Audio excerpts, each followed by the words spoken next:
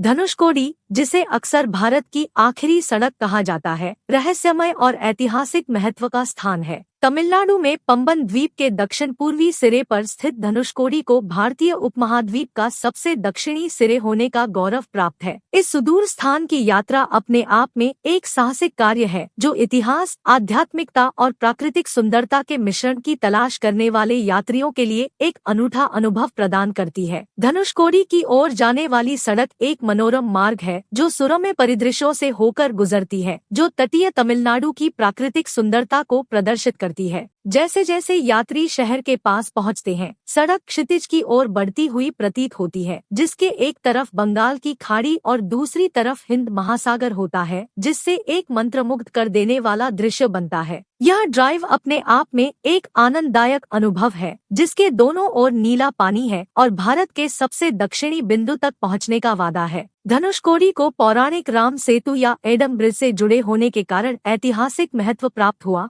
जिसके बारे में माना जाता है कि इसका निर्माण भगवान राम और उनकी सेना ने लंका तक पहुंचने के लिए किया था। हिंदू पौराणिक कथाओं के अनुसार धनुषकोडी वह स्थान है जहां भगवान राम ने अपने धनुष से उस स्थान को चिन्हित किया था, जिससे शहर को इसका नाम मिला, जिसका तमिल में अनुवाद धनुष का अंत होता है। पुराने शहर के अवशेष, जिनमें रेलवे ट्रैक और इमारतें भी शामिल हैं, इसके दुखद अतीत के मूक गवाह के रूप में खड़े हैं, जब 1964 में एक विनाशकारी चक्रवात ने शहर के अधिकांश हिस्से को पानी में डुबो दिया था। धनुषकोडी की सड़क सिर्फ एक भौतिक यात्रा नहीं है, यह समय और पौराणिक कथाओं से होकर गुजरता है। जैसे ही पर्यटक द्वीप के सिरे पर पहुंचते हैं, उनका स्वागत पुराने शहर के भयावह अवशेषों से होता है, जिससे एक भयानक लेकिन मनोरम वातावरण बनता है। इमारतों की वर्णक्रमीय रूपरेखा और रेलवे स्टेशन के अवशेष एक समय संपन्न शहर की मार्मिक याद दिलाते हैं, जिसका दुखद हश्र हुआ। धनुषकोडी की ओर जाने वाली सड़क के आखिरी हिस्से में रेतीला इलाका होने के कारण विशेष वाहनों